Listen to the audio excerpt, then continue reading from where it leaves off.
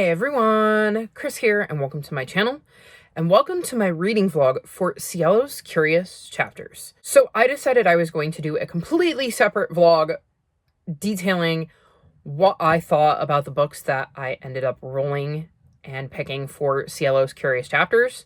I thought this would be a fun way to kind of separate them out and give you an entire vlog just dedicated to my readathon.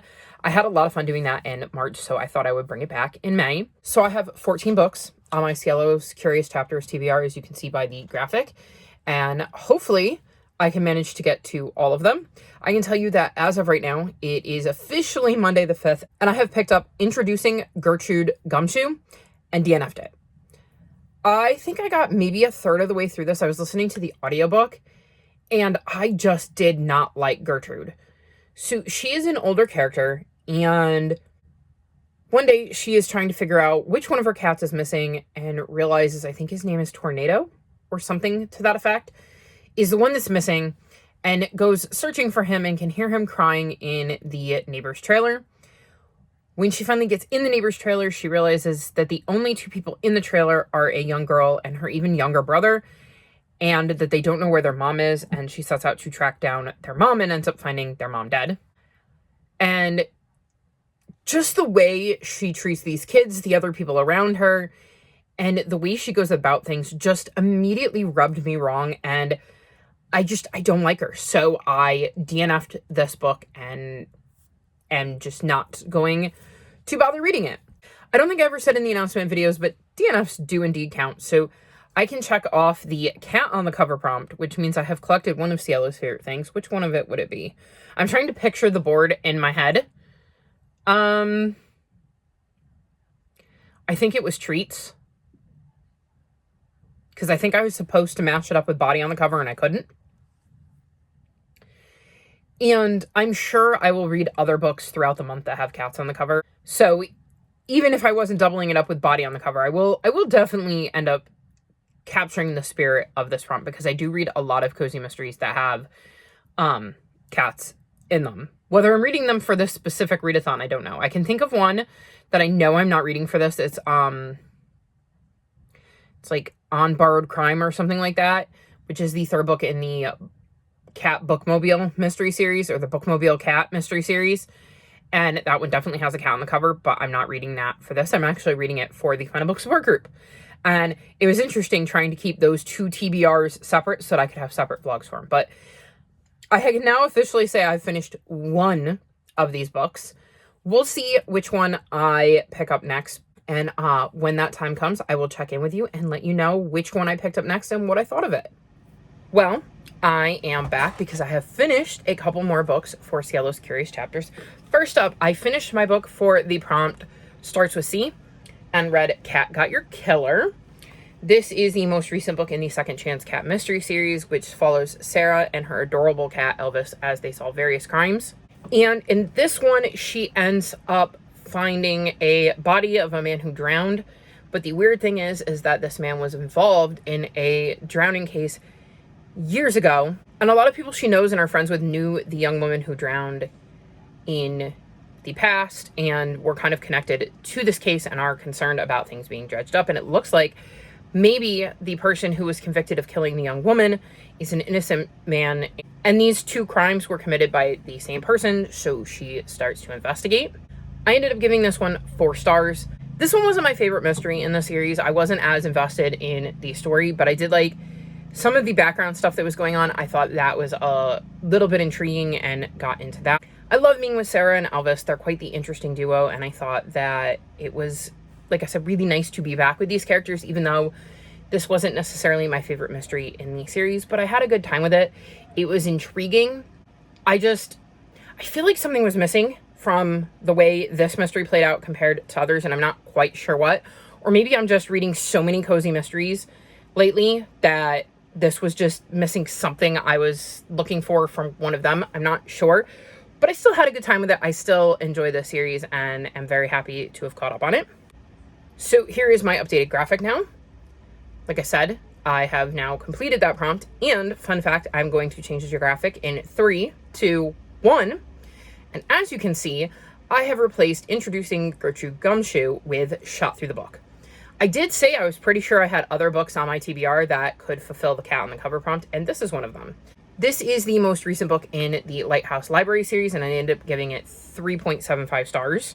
So in this one, we're back with Lucy, and she's at home one night, and this author named Todd shows up. They are working on a library program, and he is one of the authors they're planning on featuring, and he says he has something he wants to talk to her about.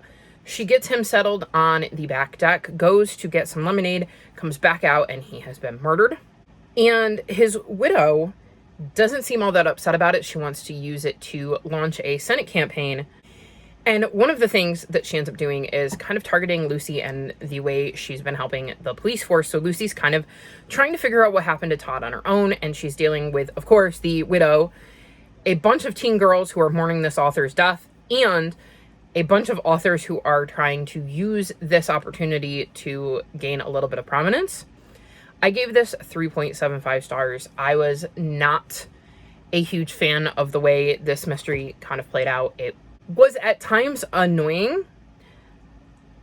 By 12 books in, I don't like the idea of somebody coming in and trying to break up the fact that this person, in this case Lucy, is helping the police force, and trying to act like Lucy was only doing it for attention and maybe set this one up so she can continue to get attention.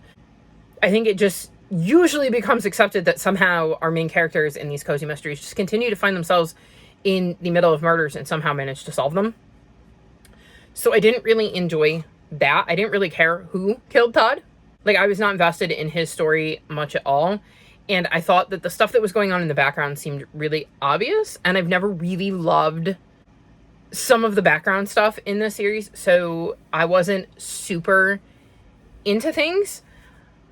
At the end, there was an interesting development that could make future books going forward intriguing, because I feel like you definitely could end things here, but I don't think they're going to because of the way it played out. Like, there was one thing that happened that made it feel like it could very easily be the end of the series, and then there was another thing that happened that made me feel like this is just a new chapter, and it's going to be interesting to see if and when we get book 13 how that kind of plays out, because I definitely think that's going to make things interesting going forward. So while it was not my favorite in the series, I did enjoy it, do still like the series, and would like to see what happens next.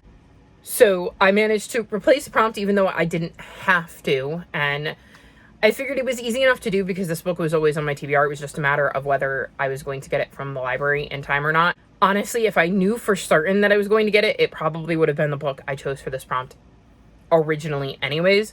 So I was glad I was able to squeeze that on there, and now I can officially say I've checked off 2 prompts. So we're slowly but surely making progress, although given that it is May 13th, I'm really going to need to pick up the pace if I'm going to finish my TBR before the end of May. So hopefully I will be checking back in with you in the next couple of days to give you another update with at least 1 or 2 more books having been read. Well, I am back, and I have finished another one of my Cielo's Curious Chapter prompts. I have read my book for Get Cozy, and I read Murder at the Lemonberry Tea, and I gave this 3.25 stars. This is the 6th book in the Beacon Bake Shop mystery series, and this one was definitely not my favorite. In this one, Lindsay, who is the owner of the Beacon Bake Shop, has a celebrity chef from the UK in town and figures what better way to celebrate this celebrity from Britain than a tea party. What she doesn't know is Vivi Lemonberry has come here to kind of escape some scandals and restart her career. However, once she is here, it is very evident that Vivi has a lot of reason to rub people the wrong way, as she very quickly rubs Lindsay the wrong way by making it clear she does not like Lindsay's dog and flirting with Lindsay's boyfriend, which definitely creates some friction between Lindsay and Vivi, and soon other people start to show up that also have issues with Vivi. Then Vivi disappears, nobody knows where she is, and Lindsay ends up finding her bobbing in the lake, dead. And while she didn't like Vivi, she still wants to figure out who had it out for her and who killed her. I didn't particularly like Vivi, so I didn't really care who had offed our victim. I found her completely unlikable. I found some of the characters that she would have interacted with, the potential suspects, to be completely unlikable. So I was just not massively into the mystery in this one. There were some really good descriptive scenes, which I liked. However, My biggest gripe with this is the background stuff. There was a lot of background drama for the sake of background drama, and I did not enjoy it. I did not care about any of that. It felt off. Like, there was just something about this book that felt off to the other ones. This is the first time in this series where I've really not cared whether I picked up the next book or not. And granted, right now I'm caught up, so I don't have a next book to pick up. But even if I did, it's the first time I was like, almost sort of dreading having to read another book. So we'll see where I go on this series. Because like I said, there was just something off with the way things were written. And I really, really, really did not like the way the background stuff played out. There is a character that has been in, I believe, every single book, and I don't like them. And they were prominent in this one, and I did not like how they behaved, and it just really, really rubbed me wrong. So this series is a bit iffy. We'll see if and when book 7 comes out, whether I come back to it or not, because it is one that I feel like I could easily put down and walk away from. That's how much I was annoyed by the background stuff, even though the mystery, while not my favorite, wasn't a bad mystery. I just wasn't invested the way I should be. I think a combination of not liking the victim, but then not liking any of the background stuff either. So I ended up giving this 3.25 stars, which was more for certain scenes that, if I mention them, would be spoilers, and how they were written and how vivid they were, which brought my rating up a little bit because there were just some really cool scenes that I really did enjoy, which just made the disappointment that much more in not liking those. So that's where I'm at. I do, however, have one more update, and that is I have started my book, The Beast of Littleton Woods, for the Spot the Clock prompt, which is reading a book that has something to do with time, and this is a historical fiction mystery, and we follow Lady Hardcastle and her lady's maid Flo, and in this one, there is a beast roaming in their town.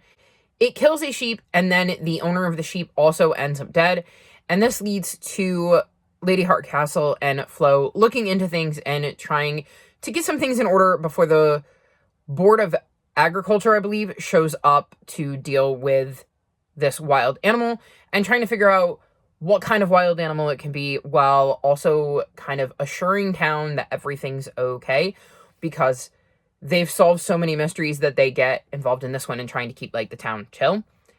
I think I'm like a third of the way through this, and I'm really enjoying this. I am so excited to be back with Lady Hardcastle and Flo. All of their friends were back in their sleepy little town, which we have missed in a few books, and I really did miss, because I love the cast of characters that we get to interact with that live in the same village as Lady Hardcastle and Flo. We've also met some new characters, and assuming they had nothing to do with what's going on with this wild animal and the sheep and the dead body, I could see being very welcome additions to the cast. They can't all be involved, so I think it's really interesting getting to meet these new characters and trying to figure out how all of the pieces are coming together. And like I said, I'm having fun being back in this particular world, especially given the disappointment of the last book.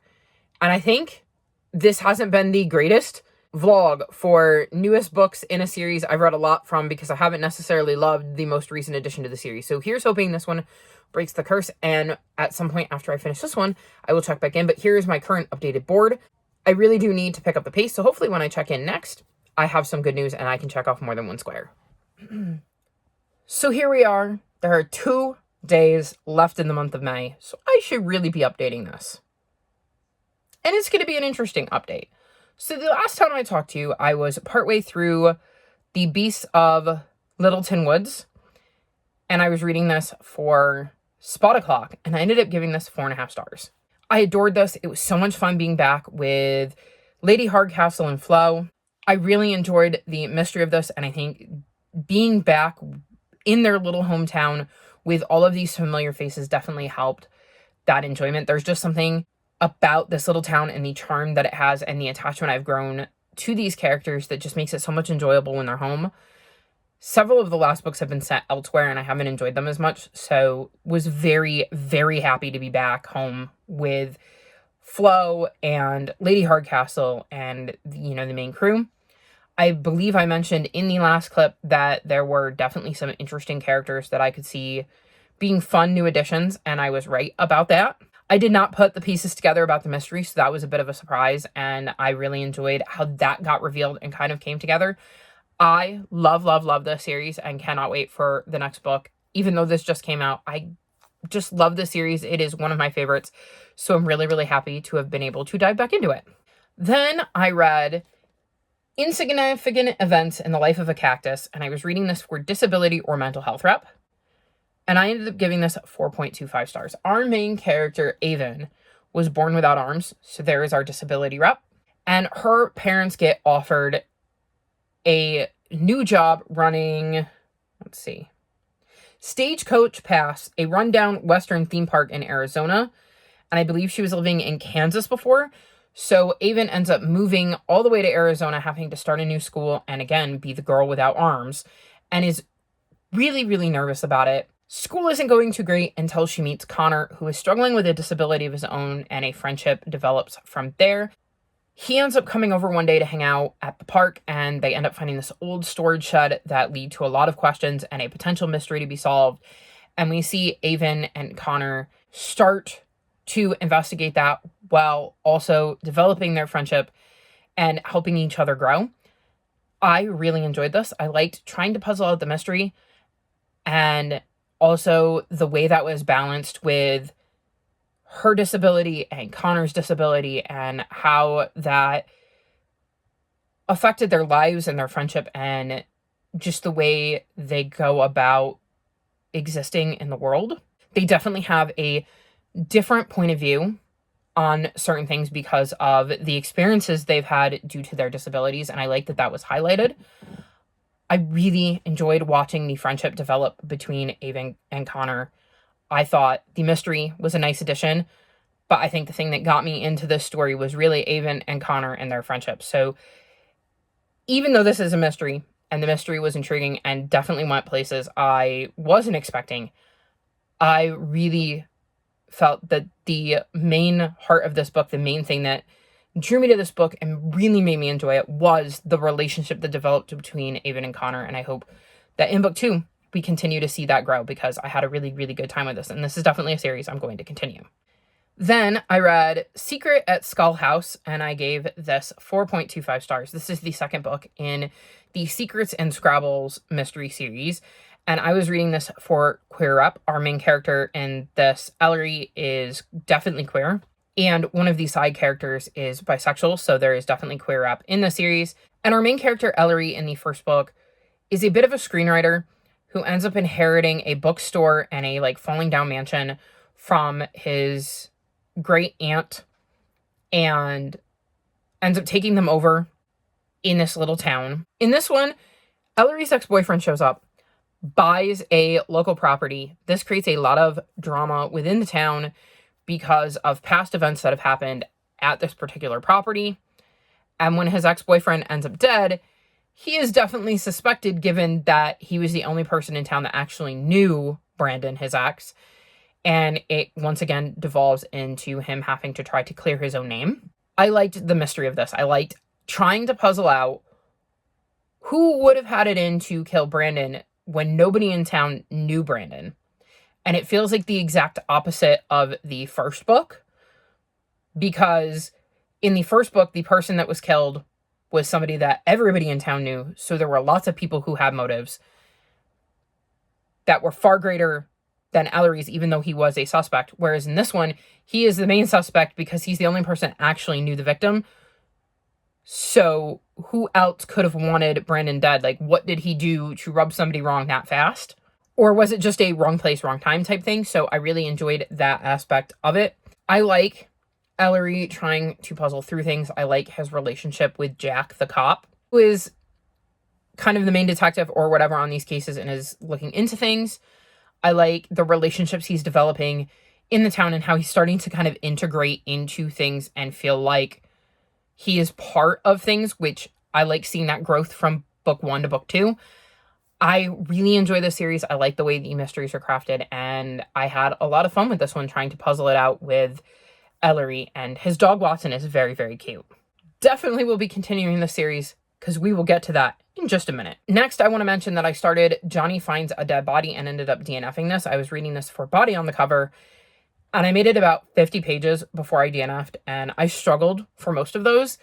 In this one, we're following Johnny, who is a veteran, and I believe has some sort of like head trauma that is left over from his time in service, and it has definitely affected him.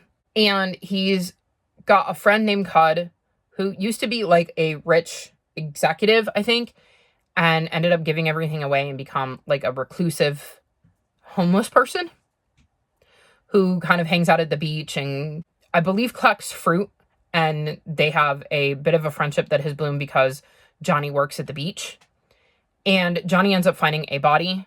And it is really weird how it starts because the body's already been found and we don't really get to see him discovering the body or learn anything about it. It's like already in motion and already happened by the time the book starts. And I thought that was jarring because I feel like we missed out. And we get diary entries from Johnny dispersed throughout. And within the first 30 pages, we also get Cud's point of view and Johnny's sister's point of view. And I found that jarring. And I didn't particularly like Johnny or Cud. And there is a scene with the sheriff in this and Johnny. And I did not like the way that the sheriff treated Johnny and the way he talked about Johnny. So I just was not having fun with this. And given that my reading has been weird in May and I've been in a very weird headspace, I decided to cut my losses because it feels like a book that would have just made me slump and I was not looking for that. So DNF'd this one. Moving on to a book I did enjoy. I read Mystery at the Masquerade, which is the third book in the Secrets and Scrabble series. I did say we would be back to that in a minute.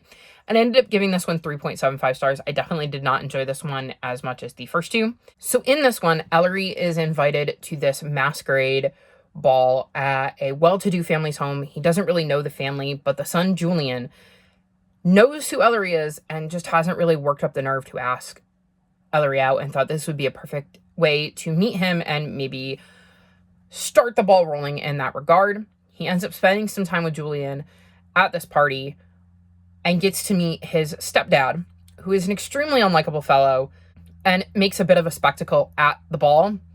Later that night, when they're doing a bit of a ghost hunt in the cemetery, which is a part of this masquerade ball, Ellery and Julian end up stumbling over his stepdad's body, and Julian ends up the main suspect and asks Ellery to get involved to help clear his name. I was not in love with the mystery in this one. I felt like the mystery was really easy to put together. I kind of figured that out, and then it was just watching Ellery try to puzzle it out himself. The things I did like about this are, once again, his relationship with Jack and how that progresses throughout this book. Like I mentioned before, seeing his integration into the town continues. Once again in this book, we're seeing him just become more and more familiar with the town and the people and being treated as part of the community, which I really like and I hope to continue to see in these books. I like the relationships he's developed with various people in the town. And once again, Watson is very, very adorable. So I love a lot of the aspects of this series.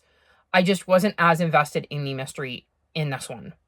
But definitely a series I'm going to continue. I actually own through book 8, so expect to see those in coming months because I definitely am invested in Ellery's story and would like to see more of him and Watson and how they figure out mysteries, even though what Watson is doing is just being really cute. So really enjoying this series, even though this mystery wasn't my particular favorite.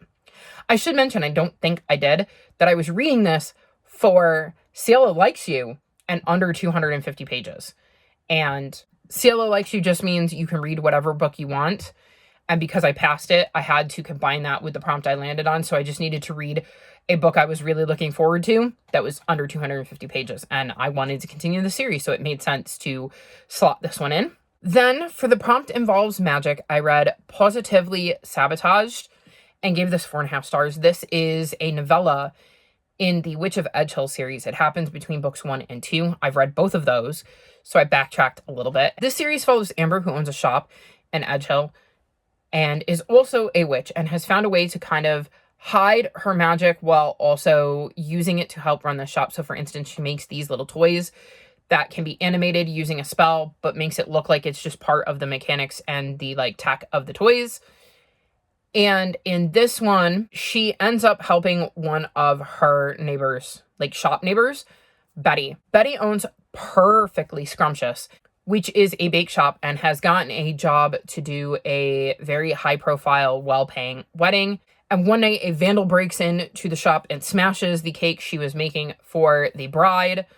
Betty is stressed. Amber ends up helping out, and at a taste testing for the cakes, the bride goes into anaphylactic shock, and Amber starts to try to figure out who could have done this, because she knows that Betty is not the reason that this bride went into anaphylactic shock. She knows Betty too well, knows that there is zero way that Betty would have accidentally put something she knew that the bride was allergic to in there, and thinks it might somehow be connected to whoever broke in. I really enjoyed this. I liked this little mini mystery in the series. I did not figure it out. I thought this was really well crafted despite its short nature, and I liked being eased back into the series and getting familiar with the characters and the players, so that when I pick up book 3, I won't have to worry about being refreshed. I thought this was a perfect way to kind of introduce me back into the series. I really did like the mystery. I liked the little touches of magic that Amber used that played into her trying to work through this mystery. I was reminded how much I like Amber as a character, and I am looking forward to diving back into this series. So I had a really, really good time with this one. Which means my current board with finished books and DNFs looks like this. I'm making decent progress, but I only have 2 days left. However, I should mention a few things, because I'm partway through some books. So first, The Whispered Word. I'm reading this for Better with Friends, and I am currently on page 96. This follows Nora, who owns a bookstore and has the Secret Book and Scone Society. She solved a mystery with some friends in the first book. In this book, a young girl shows up who refers to herself as Abilene, and this girl is wearing a hospital ID and a patchwork of faded bruises, which makes Nora think there's definitely something that this girl is running from and hiding. But then one of Nora's customers is found dead in what is assumed to be a suicide, and Nora is wondering if Abilene could somehow be involved in this. I'm enjoying this so far. I don't enjoy this as much as the other series I've read by Ellery Adams. What is it called? I read way too many mystery series. I've read the whole thing. It's just been a while since I've read it, and I've been reading a lot of cozy mysteries. So let's look up Ellery. I think she has more than 2 series. Book Retreat Mysteries. I read the Book Retreat Mysteries and really enjoyed that series. So I'm not enjoying this one as much as the Book Retreat series, but I am enjoying this one, and we'll see where it goes and see if I can finish this in the next 2 days. I think this is likely. Then I picked up Mrs. Claus and the Evil Elves. Yes, the Evil Elves, which I'm reading for holiday because this is right before Christmas, and this is the 3rd book in this series. I think I'm like 50 pages into this one, and I'm curious so far. Our main character is April, who is Mrs. Claus, and obviously she lives in Santa Land. And she ends up inviting a friend to Santa Land for Christmas who did not know about all this Santa stuff, so that she can stop having to hide things from her friend. And unfortunately, it looks like there is a bit of a kerfuffle with the reindeer. There are these reindeer drones that have been created, and the reindeer are really not happy about that because they're worried that they're going to be replaced. So they're on a bit of a strike. So April is dealing with a lot, and then some shady things apparently are going to start happening. We've already seen one of them, and it is going to lead to some interesting happenings for April. I'm not quite sure what yet, but it's already starting to build some intrigue. I'm enjoying this one so far. I'm definitely reading it faster than book 2. Probably for 2 reasons. 1, I'm back into the series, so the series is familiar again, and I'm invested. And 2, I'm now sending my ebooks that I get from Libby to Kindle so that I can read them using the Mint font. So, the Mint font, which is much easier on my eyes. So I think I should be able to hopefully get through that one. Fingers crossed. We're going to try. We're going to get through as many as possible. And then the last book I have started, I'm reading for Black Cover, and it is The Food Thief. I'm a few chapters into this, and I'm not sure. So I own the ebook of this, and I realized that I had an Audible audiobook, and I was listening to it, and there was something about the voice that bothered me. And so I went on Audible, and it looks like it's like an AI, it's not an actual voice actor who is doing the voices. So like, I don't support that, so I will not be listening to any more of the audiobook. But we're following Jack, who is a street cat, and it seems somebody is stealing his food, and he apparently is going to be teaming up with a bit of a pampered indoor cat to figure out who's trying to steal his food, as this indoor cat is owned by one of the people who is feeding him. So I don't know how I'm feeling about this yet. We'll see. But I could see me DNFing this. It could go either way, which would leave me with the prompts I haven't mentioned. Killing Me Souffle, which I would be reading for on vacation because our main characters are not going to be home. And I really, really want to get to this one. I just don't know how realistic it is. And On a Train, where I would be reading The Mystery of the Blue Train, which I'm really, really excited for. The problem is that I need to finish the big four first. And I have gotten to page 84 of 204. And I wasn't loving this. So I'm struggling through this one to try to get to this one. So I don't know how realistic it is to read the rest of this, the rest of Mrs. Claus, the rest of The Food Thief, because I need to at least assume I'm going to read it, the rest of the big four, all of these two, plus what I need to finish for my Phase 10 TBR, because I do still have a book for that. So we're going to try to get as much of this done as I can. We'll see. But I'm pretty happy. This was more books than I had planned on getting to in the month of May for this readathon.